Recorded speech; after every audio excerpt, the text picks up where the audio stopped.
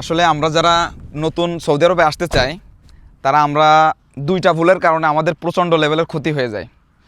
সেটা হচ্ছে যে নাম্বার ওয়ান, আমরা একটা ভুল করি যে আমরা না দেখে শুনেই আমরা চলে আসি। যাই হোক, মানে অনেকেই এই কথা বলে যে আমাকে কোনো রকম সৌদি আরবে ফেলাই দাও, নিজে বিমান থেকে নিজে সৌদি আরবে ফেলাই দাও, তারপরে যা করতে হয় সেটা আমি করে নিবানে। ভাই, এত সহজ না। তোমার সাথে বহুত বড় বড় প্লেয়াররা এই জায়গায় এসে 7 দিন 8 দিন 1 মাস 2 মাস থেকে তারা চলে গেছে। তো এই জন্য বলবো যে প্রথম নাম্বার ভুল হচ্ছে যে আপনারা কোনো কোম্পানি বা যেই লোকের মাধ্যমে আসতেছেন সেটাকে ভালো করে যাচাই বাছাই না করে আপনারা চলে আসেন। দ্বিতীয় নম্বর বিষয় হচ্ছে যে আপনারা যে আসেন এটার ব্যাপারে আপনারা একটু তাড়াহুড়ো করে ফেলেন। ভাই, একটা জিনিস আপনাকে সাকসেস এনে দেবে, আপনি এত দ্রুত করে তো কোনো লাভ নাই। আপনি স্লোলি আপনি কাজ করেন, ইনশাল্লাহ দেখবেন যে সেটার ভিতরে আপনার বরকত থাকবে এবং আপনি এটাকে সুন্দরভাবে আঞ্জাম দিতে পারবেন।